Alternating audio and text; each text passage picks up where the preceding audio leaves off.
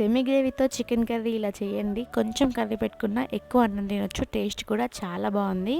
Stove మీద కడాయి పెట్టుకొని oil వేసి వేడైన తర్వాత ఆనియన్స్ వేసి ఆనియన్స్ మంచిగా ఫ్రై అవ్వాలి. గోల్డెన్ బ్రౌన్ కలర్ వచ్చిన తర్వాత నీట్గా వాష్ చేసి పెట్టుకున్న కేజీ చికెన్ వేసుకొని అంతా కలిసేలాగా కలుపుకొని మూత పెట్టేసి వాటర్ ఫామ్ అయ్యేంత వరకు ఉడికించాలి.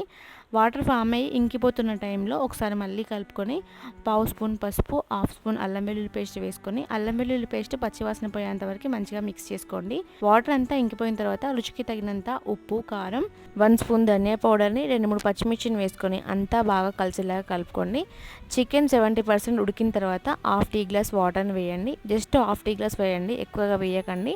హాఫ్ టీ గ్లాస్ వాటర్ వేసుకున్న తర్వాత మరొకసారి అంతా మిక్స్ చేసుకొని half spoon garam masala, half spoon pepper powder వేసుకొని మరొకసారి మిక్స్ చేసి చికెన్ని పూర్తిగా ఉడికించుకోండి.